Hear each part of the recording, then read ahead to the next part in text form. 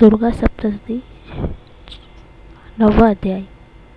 हे ऋषि, आपने रक्त बीज के वध से संबंध में बनाए रखने वाला वृत्तांत मुझे बताया है।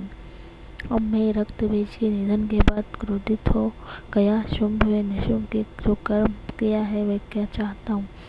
महर्षि मेधा ने कहा, रक्त बीज के मारे जाने पर शुंभ निशुंभ को बड़ा क्रोध आया। वह सब प्रकार के सर्वनाश होता देख निशुंभ देवी पर आक्रमण करने के लिए दौड़ा। उसके साथ साथ ही बहुत असुरी सेना को मारने के वास्ते दौड़े। वहाँ पराक्रमी शुंभ अपनी सेना में शामिल थे। चंडिका को मारने के लिए बढ़ाए गए। फिर शुंभ निशुंभ देवी के घोर दोहराएगा। उन्होंने असुर को इस प्रकार देवी से बाण पहनकर लेकिन जैसे मेघ वर्षा हो रही उन देवताओं के उग्र बाणों से देवी ने अपनी इस तरह से वर्षा से देवताओं को चोट पहुंचाई। निशुंभ ने अपनी तीक्ष्ण तलवार चमकती ढाल लेकर देवी के सर पर संचार कि अपने वाहनों को चोट पहुंची। देवी ने शुरू बाण निकाला, निशुंभ को तलवार के टुकड़े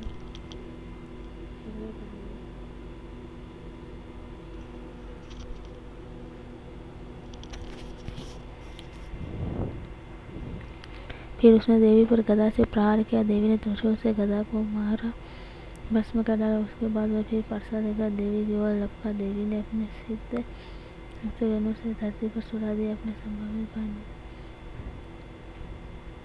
शुंभ क्रोध में देवी को मारने के लिए दौड़ा। उसने रथ के उत्तम आयुधों से सुशोभित 8 बड़ी बड़ी भुजाओं से सारे आकाश को खोद डाला।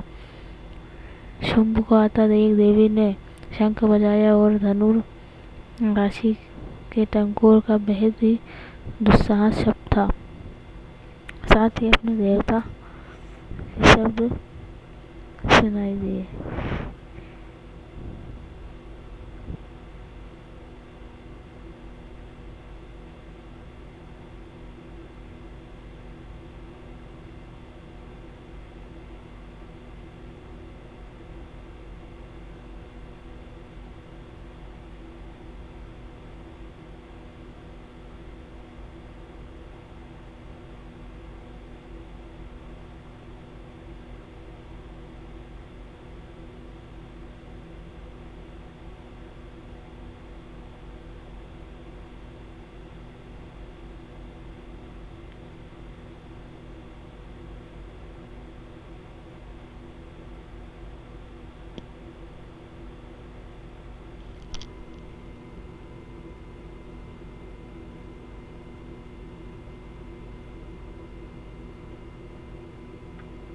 अपने बिजनेस को दो अलग पहचान, एक भरोसेमंद.com डोमेन के साथ।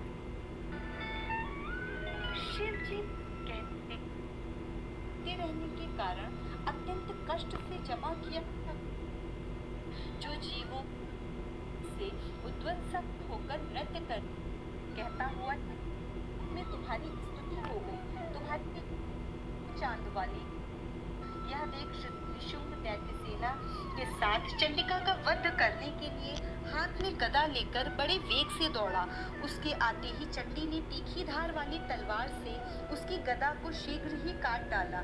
तब उसने शूल हाथ में ले लिया। देवताओं को बड़ी पीड़ा देने वाले निशुंभ को शूल हाथ में लिए आते देख चंडिका ने वेग से चलाए हुए अपने शूल से उसकी छाती में छेद कर दिया। शूल से विदीर्ण हो जाने पर उसकी छाती से एक दूसरा महाबली एवं महापराक्रमी पुरुष खड़ी रह कहता हुआ निकला। उस निकलते हुए पुरुष की बात सुनकर देवी ठठाकर हंस पड़ी और खड्ग से उन्होंने उसका मस्तक काट डाला। फिर तो वह पृथ्वी पर गिर पड़ा। तदंतर सिंह अपनी दाढ़ों से असुरों का गर्दन कुचल कर खाने लगा। यह बड़ा भयंकर दृश्य था। उधर काली तथा शिवदूती ने भी अन्यान्य देवताओं का भक्षण आरंभ किया। कुमारी की शक्ति से विदीर्ण होकर कितने ही महादैत्य नष्ट हो गए। ब्रह्माणी के मंत्रपूत जल से निस्तेज होकर कितने ही भाग खड़े हुए। कितने ही दैत्य माहेश्वरी के शूल से छिन्न भिन्न हो धराशायी हो गए। वाराही के थुथुन के आघात से कितनों का पृथ्वी पर कचूमर निकल गया। वैष्णवी ने भी अपने चक्र से दानवों के टुकड़े टुकड़े कर डाले। इंद्री के हाथ से छूटे हुए वज्र से भी कितनों के ही प्राण निकल गए। कुछ असुर नष्ट हो गए, कुछ उस महायुद्ध से भाग गए तथा कितने ही काली शिवदूती तथा सिंह के ग्रास बन गए। इस प्रकार श्री मार्कंडेय पुराण में सावर्णिक मनवंतर की कथा के अंतर्गत देवी महात्म्य में निशुंभ वध नामक 9वां अध्याय पूर्ण हुआ। अब श्री दुर्गा